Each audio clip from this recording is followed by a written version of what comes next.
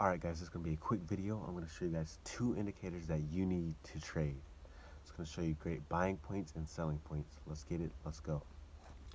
Okay, so we're currently in Thinkorswim. We're going to be looking at the RSI and the MACD. Let's start with the RSI right here. Okay, so there's going to be two yellow lines here. 70 at the top and 30 at the bottom. When this chart, this little graph here, crosses over at the top of above 70, the stock is overbought. Okay, when the stock reaches this point under this yellow line of 30, it's an oversold position. So the stock is oversold, so that's a great buying point for us. We want to buy low. We're going to sell when this RSI is hot. It's hot when it's at the top right here.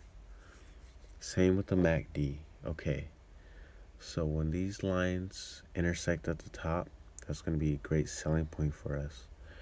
And when these lines intersect at the bottom, that's going to be a great buying point. Alright, it's that simple. Let's start trading.